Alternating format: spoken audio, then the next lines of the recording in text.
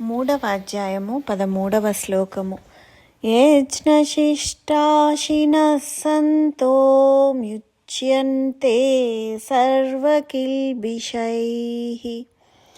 భుంజతే తే త్వఘం పాపా యే పచంత్యాత్మకారణాత్.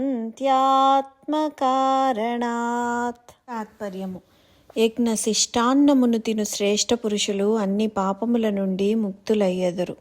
తమ శరీర పోషణ కొరకే ఆహారమును సిద్ధపరచుకును పాపులు పాపమునే భుజింతురు.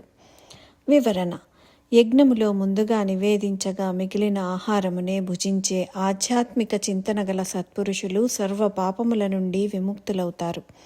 తమ భోగమునకే అన్నం వండుకొనేవారు పాపమునే భుజింతురు. వైదిక సాంప్రదాయంలో అన్నమును భగవంతుని నివేదన కోసమే అన్న దృక్పథంతోనే వండేవారు.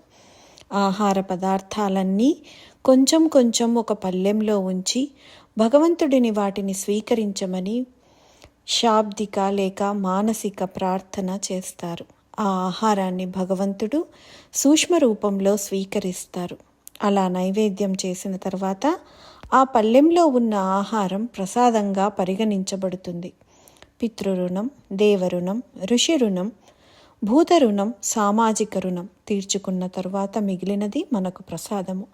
అలాంటి ప్రసాదాన్ని గ్రహించిన వారు అన్ని పాపముల నుంచి విముక్తులవుతారు. కొంతమంది తమ కోసమే మాత్రమే బ్రతుకుతారు. నా మనోరంజము, నా సుఖము, నా భోజనము అని నా అనుకుంటూ ఉంటారు. మిగిలిన వారికి ఉందో లేదో కూడా చూసుకోరు.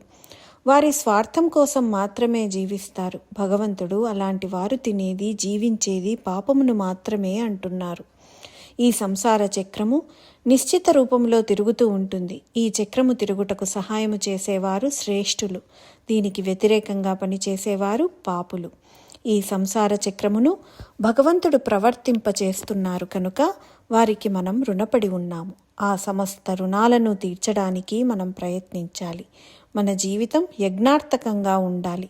5000 సంవత్సరాల తర్వాత కూడా భగవంతుడు ఇచ్చిన ఈ సందేశము సార్థకము. భగవంతుడు చేసినదే చెప్పారు కాబట్టి వారి సందేశం ఈ రోజున కూడా సత్యం.